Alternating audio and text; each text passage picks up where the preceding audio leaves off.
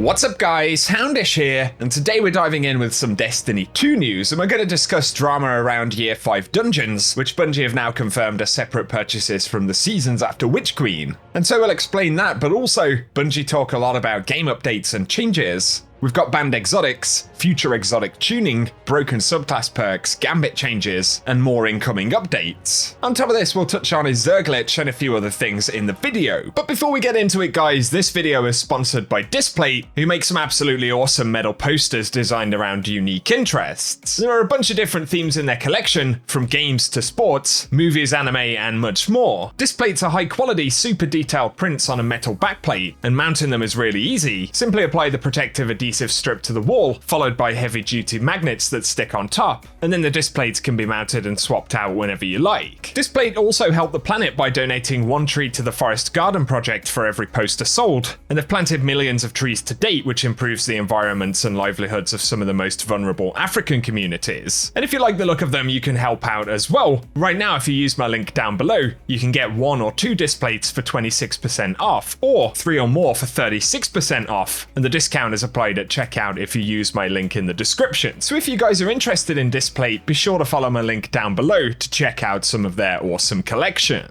But now getting into the content for today, and we've got a couple of updates from Bungie. And Bungie Help said on Twitter, due to issues we've disabled the Raiju's Harness exotic hunter chest piece in all activities, as well as the Telesto exotic fusion rifle in all PvP and Gambit activities. And so not 1 but 2 exotics playing up right there, and Telesto once again is causing problems for Bungie. I swear that's 2 or 3 times already this season. And so we'll have to wait for an update on when those are going to be re-enabled. And otherwise, if you played Trials over the course of the weekend, you probably noticed that the Trials matchmaking counter is now hidden. That actually dropped in the update that we had last week, but was a missed patch note. And then on the subject of Festival, Bungie Help said that they've resolved an issue causing Festival of the Lost weekly bounties to award less bright dust than intended, and players who were affected will receive the missing bright dust in the future. And so at some point in the future, Bungie will grant that bright dust that was missed back to players. And once again, DMG acknowledged that the team is looking at some tuning for the Dune Marches for the December patch. And he adds that at some point in November, in one of the TWABs, they'll be covering all of the updates and changes for the December update. And we've already heard Bungie talk about a few different things, as it'll also include things like the Shadow Dive nerf, so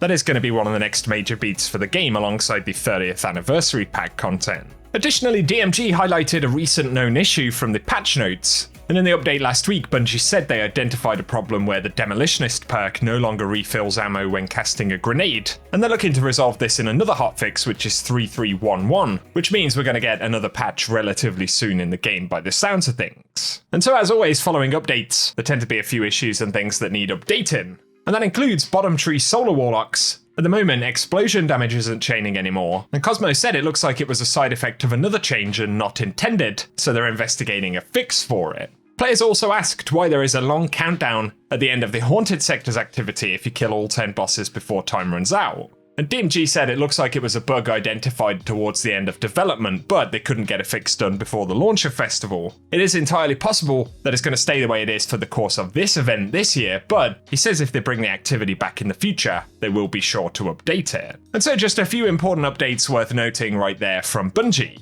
Up next though, Bungie responded to some more feedback, this time about Gambit. And players said the fact that the enemy team can invade while they have 80 moats and we only have 8 moats makes the mode insufferable. And DMG recognised this can be a pretty rough time. And once again, the team is looking at some improvements to make in the Witch Queen timeframe. We'll be sure to pass the feedback along. And so as Bungie discussed quite a few weeks back, there is still a plan to bring some significant kind of gameplay changes for Gambit around the time that Witch Queen drops. And I think quality of life, but also reasons to keep playing and gameplay updates to Gambit are certainly going to be important in order to support that mode moving forward. So as always, give us any thoughts you have down in the comments section. But for news related to this week, DMG said, setting expectations for the TWAB on Thursday, they're going to be talking about Trials Labs, the freelance weekend that's coming up, as well as a couple of fun Festival of the Lost topics to cover. And he says it won't be a massive meal of an article this week, but a few handfuls of candy to treat you with. And so we'll have to see what Bungie have got to say in the TWAB. However, a piece of content which has gone live this week would be the legendary Astral Alignment, and players said the gameplay element is pretty fun, but the rewards certainly leave a lot to be desired, and DMG said thanks for the feedback. Scrolling through some replies, we're seeing suggestions for higher stat armor and potentially more rolls on tier 3 umbrals. And he says, are there any other rewards that you believe would fit the challenge of the activity? And I did do a run of legendary mode last night. It's a bit more chaotic than the normal mode, but it's not massively more difficult. Of course, it doesn't have matchmaking, which isn't great if you don't have a team, especially since I don't think a ton of full groups will actually be going for this. And that will partially be because of the rewards, right? Rewards-wise, you just get an extra chest, so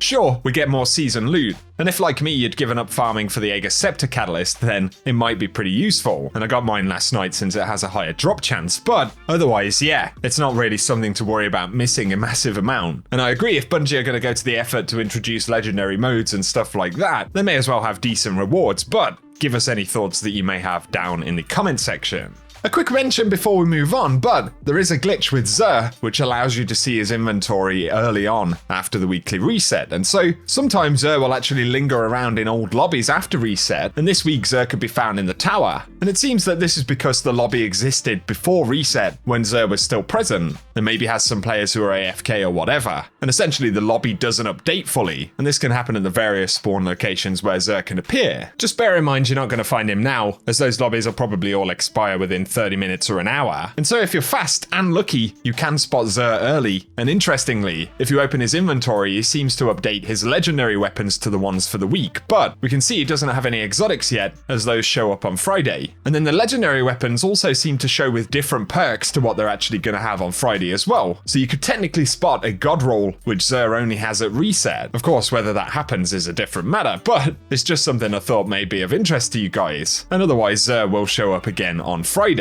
The final thing to talk about right here is regarding the Year 5 dungeons that we're going to get after Witch Queen. And there's a little bit of drama in the community regarding Bungie's recent announcement about them. So, following some speculation, Cosmo said, "We've seen some debate around the new dungeon content and wanted to clarify how it will be delivered next year. If you get the digital deluxe edition of the Witch Queen, you'll receive the expansion, all 4 seasons for the next year, and the 2 dungeons. But if you get the standard edition, you can still upgrade to the deluxe edition to get the dungeons later. And we'll also be offering a separate way for you to purchase dungeons in future, but they won't be included in the season passes. And we'll share more info on this closer to when the content is set to go live." And so, lots of folks are not particularly happy about this. I think the expectation from players is that dungeons would probably be part of the seasons that they actually release in, right? The same way as we got the Prophecy Dungeon in Season of Arrivals. However, Bungie have confirmed that dungeons are essentially standalone purchases moving forward, or at least inside of Year 5, so access is included if you buy the deluxe edition for Witch Queen, but if you don't buy that, you won't get access if you buy Season 18 later, right? You'd have to buy Season 18 and its dungeon separately. And so a lot of players are annoyed about this. It was actually info that was loosely provided in the FAQ on the Witch Queen page, but it is essentially a confirmation that all dungeons are going to be monetized separately. And we see the first signs of that with the 30th anniversary pack as well. I think particularly for the other 2 dungeons in Year 5, it's not going to go down very well. And I think at the very least, Bungie should have been clearer about their plans moving forward. So let us know what you think about it. But if you can purchase Deluxe Witch Queen right now, you're probably going to get the best value for money since dungeons are included. However, if you can't or don't want to do that, almost certainly it's going to mean that players have got to pay a premium to get access to those things a bit later on. And so yeah, I don't think I like the fact that there is an extra charge for dungeons, but I dislike more how it confuses players because there are so many separate things to purchase, right? It's all a little bit convoluted and expensive, so I totally understand community frustration on it.